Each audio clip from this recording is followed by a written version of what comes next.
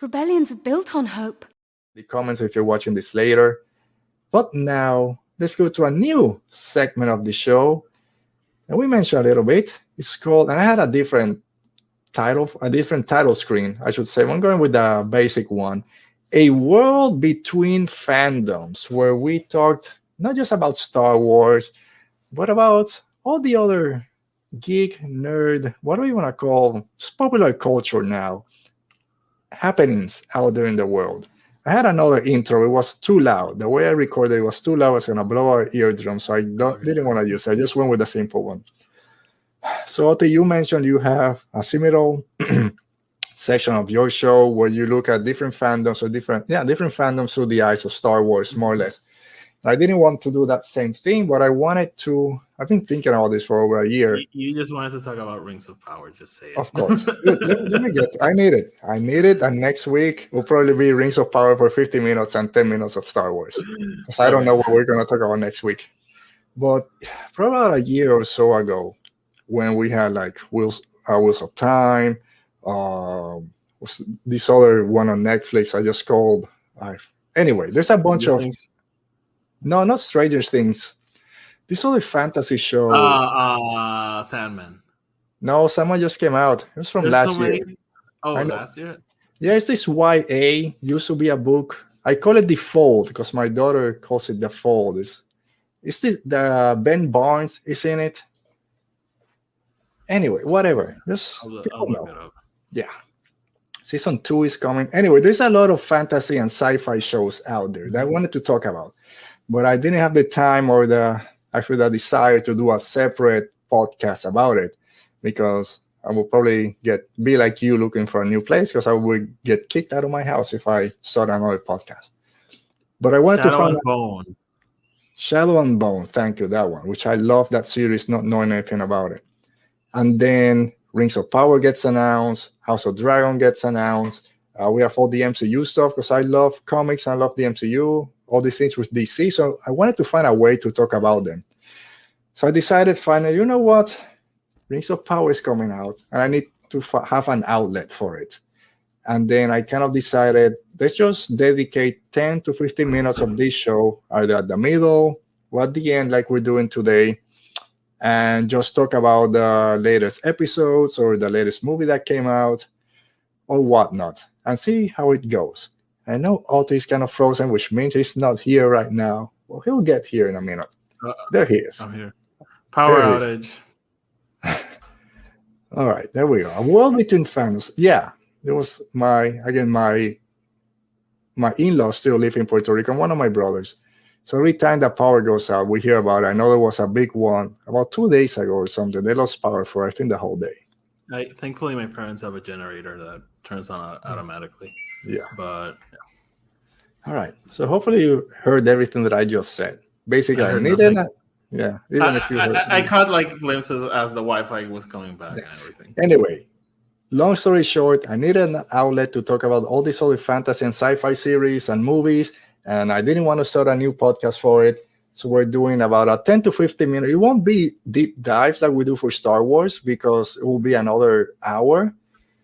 But you know what? Let's start. And before, the main thing we're going to be talking about in this 10 to 15 minutes is going to be House of the Dragon. But before we get to it, like I mentioned, also, I love the MCU. I used to read comics growing up, and I watch all the Marvel movies, watch all the shows. And the one going out now is She-Hulk, which you said you haven't watched. So there's 2 episodes in. Are you excited? Not excited, are you looking forward to catching up at some point, or are you just kind of, I can wait? So as I told you, like I'm in this like it's too much Marvel phase right now. But yeah, the reason I have not watched it is, and it's like maybe a little bit fandom menace of me. I have not been like the trailers have. I was very excited for the show. I like the idea of making it like this comedy thing and the whole legal procedural thing. I love She-Hulk in the comics. She's a great character. She's a very important character. Mm-hmm. But man, the trailers just like took my hype and like ran it through the floor. Like everything from the vibe it showed, and of course the CGI issues that people have been like relentlessly talking about. So I made this conscious effort, like I'm gonna hold off watching it, gonna wait for like maybe 3 to 4 episodes to come out, and then I'm gonna watch it, because I'm afraid like if I don't like the first episode, it's just like gonna take me out of it. So I really just want to build a cushion of what I can watch. So I've been purposely like holding off on it. I would say wait, and I don't want to be another downer. What I've been interested in watching it. I didn't read any She-Hulk comics when they were out, at least when I read comics back in the 90s. I enjoyed the trailers. I didn't care that the CGI wasn't perfect at that point, because I knew they still had like a month, and most of the CGI now looks great. That's good to hear. I liked it. I haven't been jumping up and down. I've enjoyed Miss Marvel more than this, and it's both of them were those kind of more leaning to the comedy side. I prefer the Miss Marvel. Did you like Miss Marvel? Yes, I really enjoyed Miss Marvel. It's not going to be on my top. I know a lot of people were always the best finale for a Marvel show. It was a good finale. I really like the vibe. I love the family. I love her mother. Her mom's great. That mother was my favorite character. She-Hulk, I think, because when the press was able to see some of the advances, they watched 4 episodes. Because I think everything that people, I watched the first 4 episodes and they're great. I think there was a reason they showed them 4, like you said. I watched the first episode. Okay, we get the kind of background of how she became She-Hulk, and she has everything. Almost everything is with Bruce Banner. They were great together. Nothing against Tatiana Maslany. She does great. All the actors did great. Just this second episode, same thing. It was okay. Didn't blow me. How long are they? They're 30. The first one was 35 minutes, I think. Second one is 30 minutes. But that's counting the previously on, which is about a minute and a half, and the credits, 25. And the credits, which is another 4 minutes. So that's a 25-minute episode. I think they're too short. And I know they have that vibe of, let's just be a 30-minute kind of broadcast thing. To me, it's not working. To me, it's too short, because it's not, every episode is a serial. It's not a continuation. Kind of every episode stands on its own a little bit. Hopefully it gets better. I'm not, I can't wait till next Thursday. It's like, I understand now why they moved Andor, because if this and Andor came out at the same time, no one would be talking about She-Hulk, I think. Okay. Hopefully it gets better as it gets along. We got Abomination in the second episode, which is great. There's some little hints of things to come. And the comedy is not blowing me away. I'll just say, like, Hulk comics in the past 5 years have been incredible.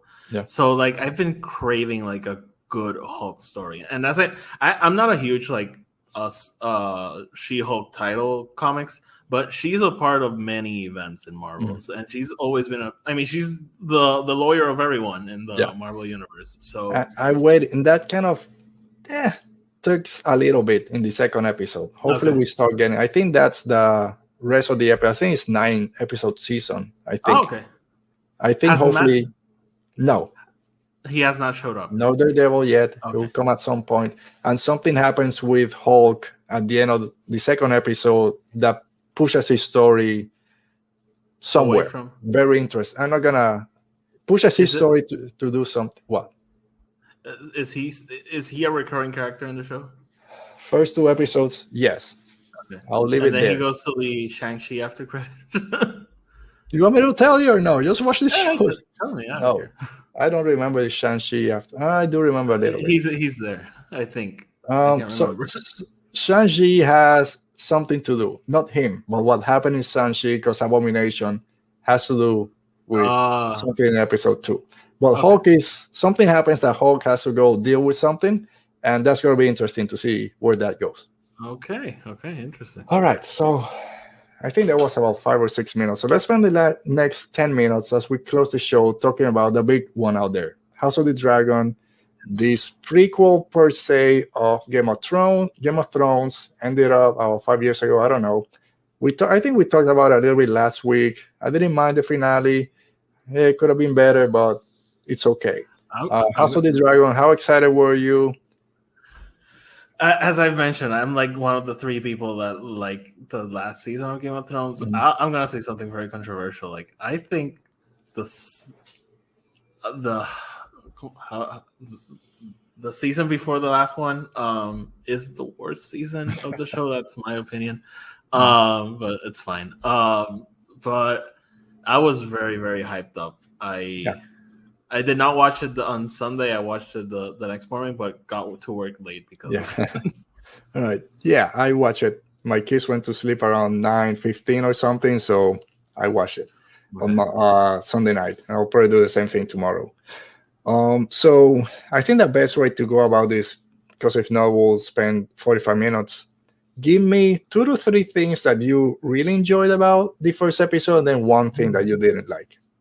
And I'll do the same. Then I'm gonna call it a day. I think that's a way to kind of do this segment. I loved Matt Smith. I loved his introduction, and those first 2 scenes with him. I adored. I loved the reveal at the end of the legend that's going on. Sure. And I should say, this is spoilers. This segment will be spoilers for everything that we talked about. So if you're watching and you haven't watched, you can kind of click off and then come back after you watch the first episode. But yeah, we'll do spoilers. Yeah, I love that. And I don't know if you want to mention some things while I think, but... All right, so I'll start with this. I gotta start with dragons. Come on, you put a dragon on TV, I'm hooked. And I love the dragons that we got here. They're going to be very instrumental to the show. And I love that there's a reason why all the dragons look a certain way, act a certain way. The showrunners talked about this a few weeks ago, that I don't know how many iterations of dragons they went through. But each of them has a different kind of personality, different reasons why they look the way that they look. The Game of Thrones dragons were great. They were different in size and color, basically. These guys, there's a different purpose. And I don't know the name of the characters. Rhaenyra, I think is the name of the princess. Her dragon looks great. He has like some fur or something around the neck. Yeah. And then Matt Smith, black and red giant dragon. It's like, epic. I want that one. I want to be a dragon rider. So that's the first thing. I love dragons. I love how they're here. And his dragon looks just like him, just kind of, there's something wrong in his head. So I love that. I love Matt Smith. Again, coming out of Doctor Who, which I just finished his run, he's just demented. And he works perfectly in that role. And what he does with the yellow cloaks, that's going to be scary with that season going. But I love, like, he knows that he should be the heir. But the way he kind of, hey, it's your fault. You didn't want me in the council. You didn't want me doing this. You're the one that told me to go kind of run with these people and take care of the city because I'm kind of losing the head, which is what the king tells the hand. So I love that. I'm very interested to see where his character goes now that he wasn't named the heir. So very interested to see how that goes. Do you have another one?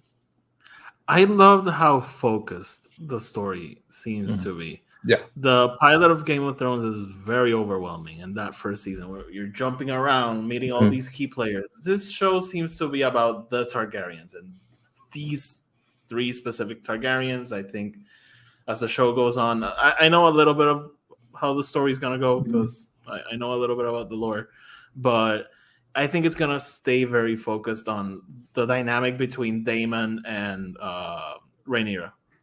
And I like that. Because for me, it's like, yes, this is Game of Thrones. This is the world. You're getting the sex. You're getting the violence.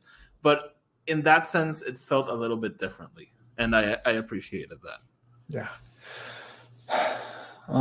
I enjoyed the first episode because it's an established world. We don't need to go through 45 minutes of world building in terms that you know where you are. It starts basically with a tournament to just kind of name the heir, which, just great. Give us. That's what we needed. One of the things that I didn't like, the guy that plays the king, since I see him in other things more in a comedic side, yeah, it kind of, and the wig looks weird. It's like, I don't know, you don't give me that vibe of this great king sitting on the Iron Throne. And even though I enjoyed that prologue that we started, that cold opening, for some reason, like, okay, you're trying to be Game of Thrones, you're not Game of Thrones. Maybe it took me a little bit to get into it. Okay. But after that, I was on it. So just those two things, I was kind of, I don't know. Give me, I don't know how long this king is going to be there, but something about it just didn't work for me. I think my biggest complaint is how the birth scene made me so uncomfortable. And I would have put that. I'm glad. I'll give it Maggie. Love it again. She tweeted out something about, hey, be careful for this birthing scene. It's a C-section, and think it's Game of Thrones basically, so you can expect how it's gonna go. So I was ready for something. If not, I would. Oh no, I can't watch. So I would put that on my no list, but I knew it was coming. It was a horrific scene, and I mean, I think it could rub people the wrong way. I think it was. I don't know how you saw it. I thought it was like well handled, because I don't think Viserys is the hero in any of this. No. And it was a horrifying scene. It was very visceral, I must say. And I think it was very visceral, very just visually striking. But it also, and then I didn't like him. I think the Viserys, the guy playing him, did a great job in that scene. If you have that impossible choice, right? Either save the baby and your wife is gonna die, or do nothing and most likely both are gonna die. That's an impossible choice. And then his wife kind of, hey, what's going on? And why they're cutting me? He's like trying to calm her down. Oh, the baby's coming. I think that worked great. His scene there was great. That was horrible. And then again, that puts it on us. How would we act in that situation? Me being a father and my wife had 2 C-sections. Thankfully, they were in a hospital with doctors and nurses and anesthesiologists. And in 2022 and 2020. Yeah, you get it. Yeah. I don't know what I would do in that situation. Hopefully, we'll never know. So, in that sense, that worked. But just watching it, I think what made it worse was, like, if the mom's unconscious and like you have to make the choice, but she was conscious and she was saying, no, don't do this. Oh my God. And it kind of that foreshadowing. She told him, this is my last one. I'm sorry if you don't get an heir. I've lost like 4 already. That scene was great, by the way. Yeah. I really like that scene. And it worked. I thought the baby had survived. And I'm like, what the show is supposed to be these 2 heirs. And then when the reveal is oh man, that hit me. Yeah, and the actor who plays Viserys, you could see the pain in his eyes. Yeah. He was just devastated. I really like the episode, honestly, and it made me very excited for what's to come. Yeah, and we'll talk about next week. I don't know how we're gonna do this in 10 minutes, 15 minutes next week, because we have this plus Ring of Powers. Yes. But I don't know what our episode Star Wars wise is gonna be. I was gonna do a speculation about D23 and Disney Plus. I don't want to. Make me wear the shirt again. No, I don't think there's a lot to talk about. It's been so quiet. I don't think we're getting a lot.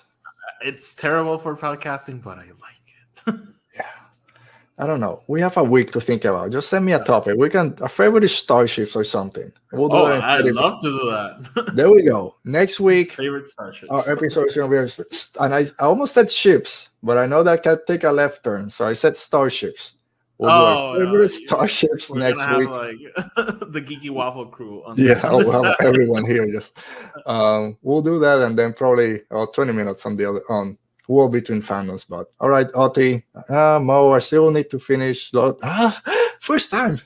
Oh, Mo. Hyperventilating now. So, all right, Mo, finish it. Just watch it. Go to HBO Max right now. You're on a journey, Mo. Yeah, get a lot of coffee. Watch The Hobbit also if you want. But anyway. All right. Oti, where can people find you? All that fun stuff. over whatever it says down there at Instagram and Twitter. And Alberto always leaves the links down below. Yes, Mo, I know they're long. It's fine. It sucks. That's the beauty of it. It's a chore, but it's a great chore. Yes, it's a 5-hour chore that I'll take every day. Maybe when we start Ring of Power, I might make a confession. I don't know. I'm not ready to. I have a Lord of the Rings confession I can say next week. All right, so let me write it now. We need confession time. Okay. Yeah, no, but you can find me over whatever it says down there. I'm sure Alberto leaves the links, and links down below. So I don't know. It's weird to finish a show like, okay, we're done. Bye. We gotta say where people can find us, but Radio Rebel Pod on Instagram and Twitter, and new episodes every Saturday at 5. We're inching closer to our sequel trilogy trivia challenge. Competitors are set. Like I said before, the questions are ready. So it's going to be something. I know it's the same day that the podathon is going on, but that's no problem. That's why these shows are on YouTube, and you can watch them wherever you want. Yeah. So it's great if you watch them live because we have a lot of fun doing them. But if you're here, thank you. If you're listening later, thank you also. Leave us a rating and review on Apple Podcasts or wherever you watch your podcast, and follow us on all the places and subscribe. Stay safe. Be safe. May the force be with you.